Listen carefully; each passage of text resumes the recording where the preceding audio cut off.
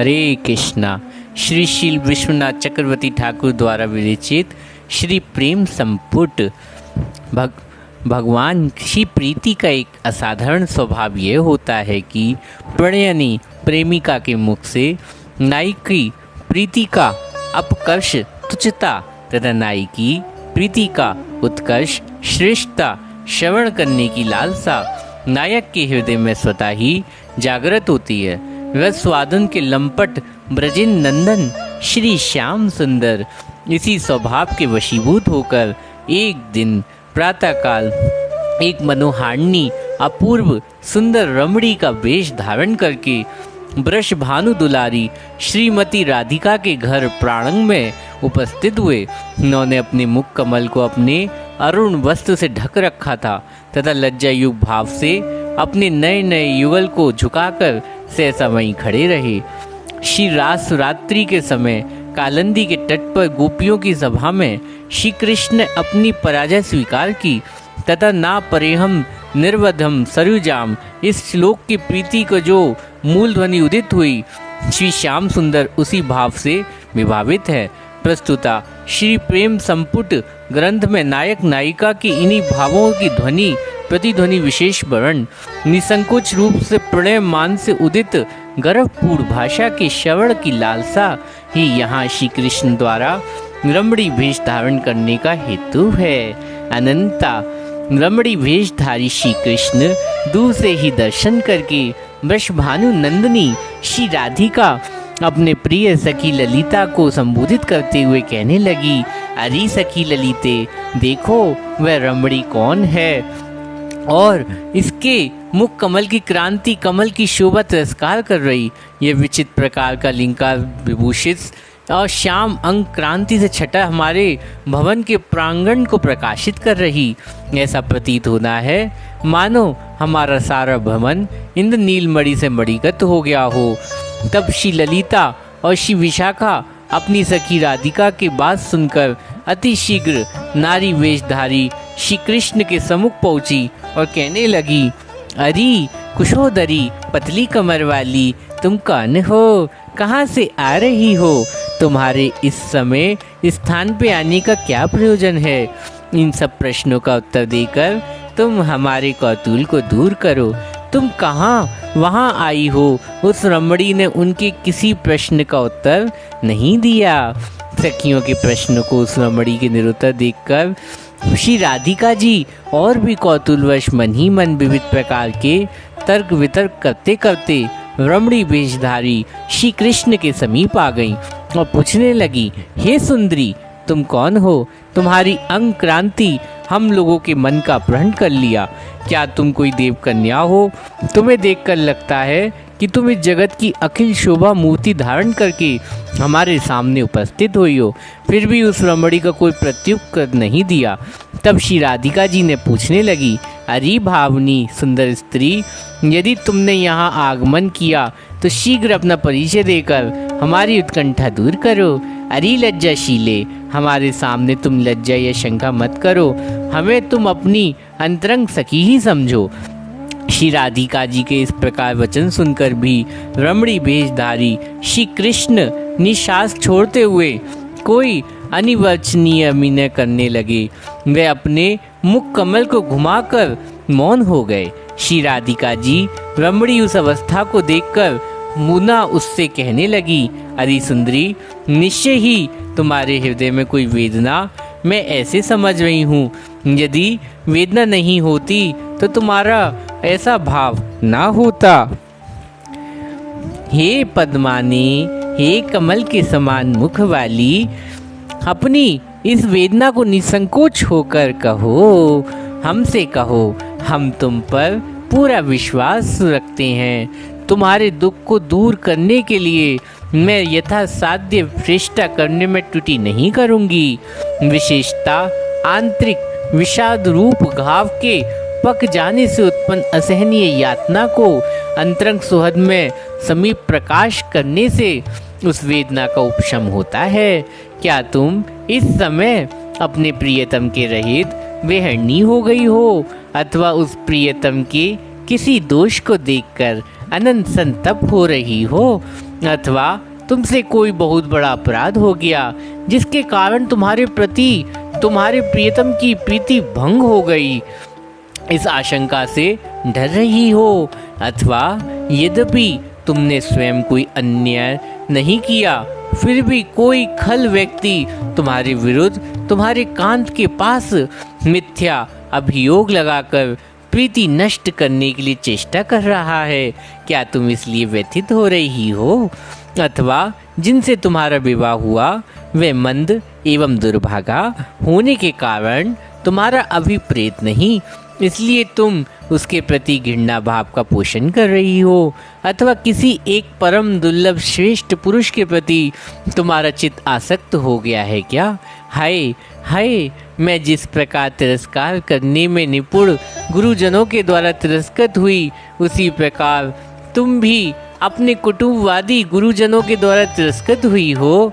क्या इसलिए तुम इस प्रकार विषाद का अनुभव कर रही हो? तदा विरमणी वेशधारी श्री कृष्ण को शांत देखकर श्री राधिका और भी अनेक प्रकार की आशंकाओं से घिरी हुई प्रश्न करने लगी। वह बोली, अरे सुंदरी, तुम्हारी सपत्नी सौतन क्या बिंदु मात्र सौभाग्य के मत से उन्मत्त होकर गर्वित हो गई? इस कारण उसकी बुद्धि विकृत होना, क्या यही तीक्ष्ण वाक्य बाणों के तुम्हारे हृदय को जर्जित कर रहा है? क्या तुम्हारे लिए तो वह संभव ही नहीं, क्योंकि जगत में तुमसे अधिक सौभाग्यशालिनी कोई रमणी होगी, मैं ऐसा नहीं मानती। अतः तुम्हारी कोई सौतन होगी, इसकी भी संभावना नहीं। इसका कारण है कोई भी पति तुम्हारे समान सर्व सद्गुण संपन्न स्त्री का परित्याग करके अन्य स्त्री से विवाह क्यों करेगा? अरे चंद्रमुखी, हमने भगवती पौर्णमासी की देवी से मुख से सुना है कि मोहिनी नामक शिव भगवान का एक अवतार हुआ। उसने अपने असामान्य रूप लावण से श्री महादेव जी तक को भी विमोहित कर लिया था। क्या तुम वही मोहिनी हो? और तुम अपनी इस रूप राशि से किसे विमोहित करने के लिए सहसा उदित हुई हो? मुझे जरा बताओ। उस समय तुमने महादेव जी को विमोहित किया था, ये सत्य है, किंतु तुम स्वयं मुग्धा नहीं हुई थी। किंतु अब तुम्हारे कटाक्ष बाण से विद होकर श्री हरि यदि तुम्हारे प्रति कटाक्ष निक्षेप करें तो तुम भी अत्यधिक मुग्ध हो जाओगी। अर्थात तुम्हारे और हमारे नागेंद्र चूड़ामणि श्री कृष्ण को दोनों रूप की कोई तुलना नहीं। अतः परस्पर दर्शन से तुम लोग आत्म गंभीरता बंधन उल्लंघन कर एक दूसरे के रूप में आकृष्ट हो जाओगे। उस समय तुम्हारे परस्पर आकर्षण ने एक अपूर्व कौतुक रस का आविर्भाव होगा।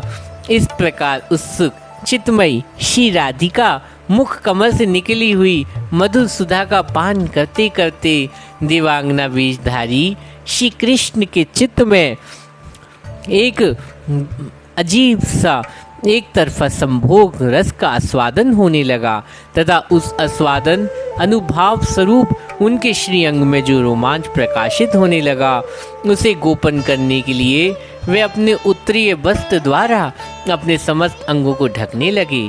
उन्हें अपना शरीर ढकते देख श्री राधिका उन्हें दैहिक रोग का अनुमान करते हुए बोली, अरे सखी, क्या तुम अपने शरीर में किसी रोग का अनुभव कर रही हो?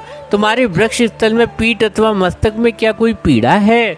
श्री राधिका के इस प्रकार उसके रोग का अनुपापन करती हुई सखी विशाखा से कहने लगी, अरे विशाखे, पूजनीय पिता ने मेरे प्रति वात्सल्य के कारण जो सर्व रोग विनाशक बहुमूल्य तेल भेजा, वह घर में रखा, उसे तुम शीघ्र ले आओ। इससे मेरा प्रियजनों के लिए निजी वस्तु का व्यवहार किया जाए तो ऐसा लगता है कि वह वस्तु सार्थक हो गई है। सखी विशाखे, मुझे इस नई सखी के प्रति अनंत प्रेम हो गया है। मेरे प्रति पिता का जो स्नेह वह इस तेल के रूप में मूर्तिमान होकर विराजित है। अतः इस सर्व रोगहारी तेल को मैं स्वयं अपने हाथ से इस सुंदरी के सर्वांग मदन करूंगी। इसके द्वारा इस देवी की सारी पीड़ा दूर हो जाएगी। इसके मस्तक पर अत्यंत निपुणता के साथ तेल का मर्दन करूंगी और समस्त रोग का उपचार हो जाएगा। और देखो, रोग को दूर करने वाला उत्कृष्ट सुगंध युक्त वस्तुओं को डालकर सुख प्रदान करने वाला गुनगुना जल ले आओ। उस सुगंधित गुनगुने जल में से भली भांति स्नान कराकर मैं इसकी पीड़ा को दूर करके इसके मुख कमल को लासित करूंगी, तभी ये मेरे साथ वार्तालाप करने लगेगी। हे सखियों, मैंने इसके साथ इतनी कोमल और मीठी बातें की, स्वयं इसके तेल मार्दन आदि इसके कार्य के प्रवृत्त होने की प्रस्तुत की, दो निष्कपट स्नेह के साथ इसका कितना आदर भी किया, तथा भी इसके मुख से एक बात नहीं सुन सकी। अब तक ये कपटता पूर्व अपने रोग की बात न बताकर कहकर उदास मुख होकर बैठी हुई है। अब मैं इसे सुंदरी के रोग की दूसरी नवीन चिकित्सा करूंगी। धन्वंतरी द्वारा प्रदान की गई दिव्य रस रूप औषधि जिस प्रकार समस्त रोगों की शांति होती है, उसी प्रकार इस चिकित्सा के द्वारा इस देह प्राण मन तथा इंद्रिय संबोधित समस्त रोग की उसी क्षण शांति हो जाएगी। विशेषता इसके द्वारा देहादि अतिरिक्त पुष्टि भी होगी। उस नई चिकित्सा विषय बतला रही हूँ, सुनो। ये सखी जो अब तक एक भी बात कहने में अक्षम तथा इस प्रकार असाध्य रोग आक्रांत होकर बैठी, यदि हमारे कुंज में अधीश्वर कर कमल तल द्वारा इसके वृक्ष स्थल के सम्यक रूप स्पर्श किया दिया जाए, तो ये सखी हंसेगी, बात करने लगेगी तथा सिसक कर भरेगी। और ऋषिकेश श्री कृष्ण हस्त स्पर्श का रूप अनिर्वचनीय सुख का जब इसे अनुभव होगा, तब ये अव्यक्त शब्द करने लगेगी। अधिक क्या कहूँ, फिर किसी एक ऐसी कांति को धारण करेगी, हमें भी निरंतर हंसाएगी। अर्थात इसकी देह में श्री कृष्ण संभोग उत्पन्न समस्त चिन्ह तथा इसके स्पर्श असाधारण समस्त अनुभवों को प्रकाशित करेगी। हमारे लिए तो यही आनंद का कारण होगा। श्री राधिका के इन वचनों को सुनकर दिवांगना वेशधारी श्री कृष्ण मुख पर मंद हास उदित हो आया। उसे गोपन करने के उन्होंने अपने मुख को ढके हुए मुख कमल किंचित उठाकर अपनी बाएं हाथ की मनोहर उंगलियों के द्वारा ललाट को ऊपर गिरी अलकावली जरा सी हटा दिया और मस्तक अवगुठन घूंघट को थोड़ा सा ऊपर कर दिया।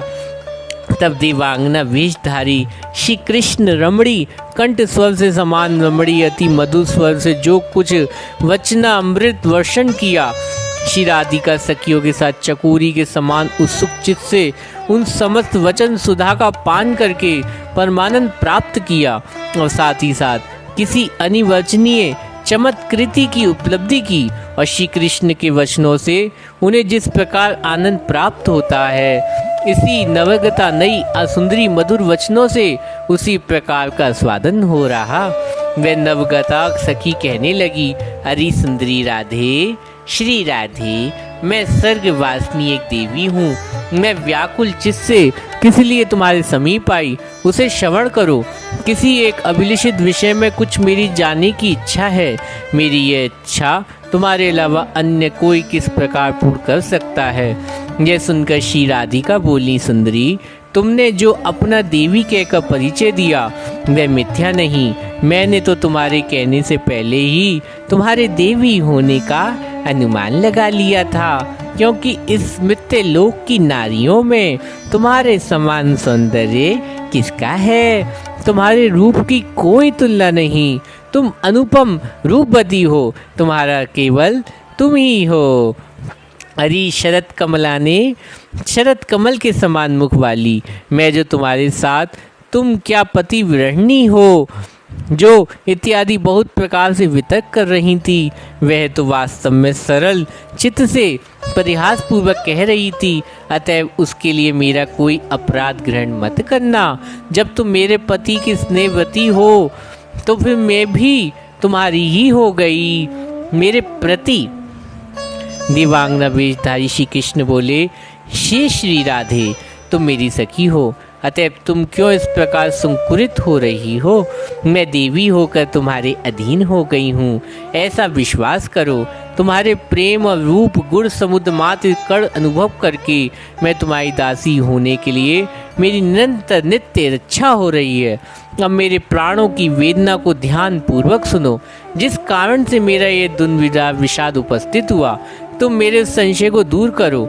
इतने समय तक तुम्हारी कथा रूप अमृत द्वारा सिंचन होने पर भी मेरे हृदय का संताप किंचित मात्र भी दूर नहीं हुआ। हे सखी, इस वृंदावन में जो वंशी ध्वनि है उसका प्रभाव हमारे स्वर्ग के राज्य में प्रवेश करके इतना प्रबल हो गया कि वहाँ की साध्वी रमणियाँ पति की आलिंगन कंठालिंगन करना तो दूर की बात, उनका स्मरण होने पर भी अपने मन में घृणा का अनुभव करने लगती हैं। अर्थात उस समय निखिल जगत के पति श्री कृष्ण उनके चित्त को आकृष्ट कर लेते। अन्य प्राकृत पतियों उनके प्रति उनका मन धावित नहीं हो रहा। श्री कृष्ण संबंधित वस्तुओं में वास्तव में वह प्राकृत वस्तु के प्रति भोग वासना और संबंध का स्थान नहीं ले सकती। वे वंशी ध्वनि तीव्र कालकूट के विष मिश्रित अमृत के समान मधुर, अर्थात श्रवण काल में अमृत के आस्वादन समान अपूर्व सुख की उपलब्धि होती, किंतु बाद में श्री कृष्ण के अप्राप्ति तीव्र दुखदायक होने के कारण विष के समान पीड़ा देती। इस ध्वनि के कण का प्रवेश करने मात्र से देवांगना श्री कृष्ण स्वयं प्रकार उपभोग करने की लालसा से कंदर्प काम के महाज्वर इस प्रकार मोह को प्राप्त हो जाती। उनके शरीर ज्वलित अंगों के समान अधिक तृप्त हो जाते थे। इस अवस्था में उनके पति जब उनकी वैसी उत्पत्त देह का आलिंगन करते, तब अहो अस्क्रमात से न जाने कौन सा महाज्वर का रूप रोग लग गया इत्यादि वितर्क करके शीघ्र उनका परित्याग कर देते। श्री कृष्ण की वंशी ध्वनि ऐसे सामर्थ्य है कि श्रवण के साथ साथ श्रवणकारी हृदय कृष्ण के साथ मिलने की लालसा उदित कराकर उसे व्याकुल कर देती है। हमारी स्वर्गपुरी एक नाम त्रिशाल्य है, अर्थात उस स्थान पर बाल्य, किशोर, यौवन इन तीनों दशाओं के अवस्थाओं के अलावा वृद्ध अवस्था किसी को नहीं होती। अतः वह किसी भी रमणी वृद्धा को नहीं होने के कारण वंशी ध्वनि के श्रवण से सारी रमणियाँ एक प्रकार अवस्था होती। अतः कौन किसका तिरस्कार करेगी, कौन किसका उपहास करेगी। इस मुरली का शब्द नारियों के सतित्व धर्म को ध्वंस करके उन सभी को पराजित कर देता। इस प्रकार जब प्रतिदिन वह वंशी ध्वनि स्वर्ग की देवियों पर निरंतर अपने प्रभाव का विस्तार करने के लिए प्रवृत्त होने लगी, उस समय मैंने आश्चर्यपूर्वक मन ही मन विचार किया, हाय ये किसकी वेणु ध्वनि है, ये मधुर ध्वनि कहाँ से उदित हुई और ध्वनि को करने वाला कौन है। इन सब बातों का विचार करके इस वंशी ध्वनि का अनुसरण करते हुए मैंने स्वर्ग के भूमंडल अवतरण किया तथा कुछ दिनों के वंशीवट सुखपूर्वक वास कर रही। मैंने तुम्हारे साथ श्री कृष्ण के जो कुछ विविध अनुपम लीला विलास आदि उन्हें अपनी आंखों से देखा है और उनकी कांत प्रिय सखियों का भी परिचित हूँ। हरे कृष्णा।